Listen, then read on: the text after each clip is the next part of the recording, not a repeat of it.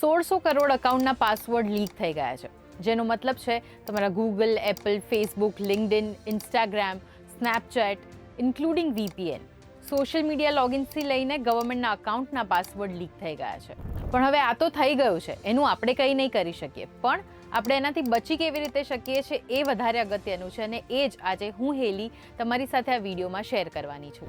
એક્સપર્ટ્સનું કહેવું છે કે this is the largest leak ever, એટલે અત્યારે આપણામાંથી કોઈનો પણ ડેટા સહેજ પણ સિક્યોર નથી, અને આ કોઈ જૂનો ડેટા નથી, આ લેટેસ્ટ આઈડી અને પાસવર્ડ જે છે એ જ ચોરી થયા છે.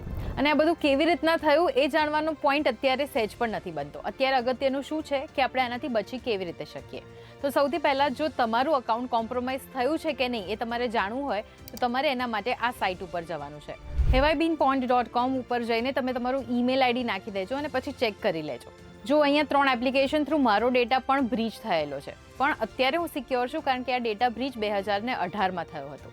પણ જો તમારો અત્યારે ડેટા બ્રીચ થયો હોય તો તમે વ્યૂ ડિટેલ્સ ઉપર ક્લિક કરીને જાણી શકો છો એની પાછળનું કારણ શું છે. હાલ તમારો ડેટા બ્રીચ થયો છે કે નથી થયો અત્યારે બહુ મેટર નથી કરતું. જો ના પણ થયો હોય તો પણ તમારે સૌથી પહેલાં તમારા બધા અકાઉન્ટના પાસવર્ડ જે છે એ ચેન્જ કરી દેવાના છે. અને પ્લીઝ કોઈ પણ ઓબ્વિયસ પાસવર્ડ ના રાખતા, થોડો સ્ટ્રોંગ પાસવર્ડ રાખજો.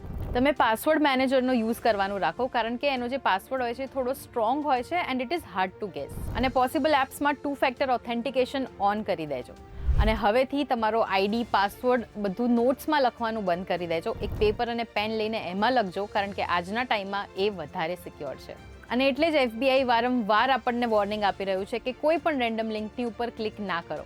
And it's high time now we should understand this. So તમારા કોન્ટેક્ટ લિસ્ટમાં જેટલા પણ લોકો હોય બધાની સાથે આ વિડીયો પ્લીઝ શેર કરી દેજો એન્ડ લેટ ધેમ નો કે એમનો નેક્સ્ટ સ્ટેપ શું હોવો જોઈએ. અને આવા જ ઇન્ફોર્મેટિવ ન્યૂઝ માટે તમે જોતા રહો ગુજરાત સમાચાર.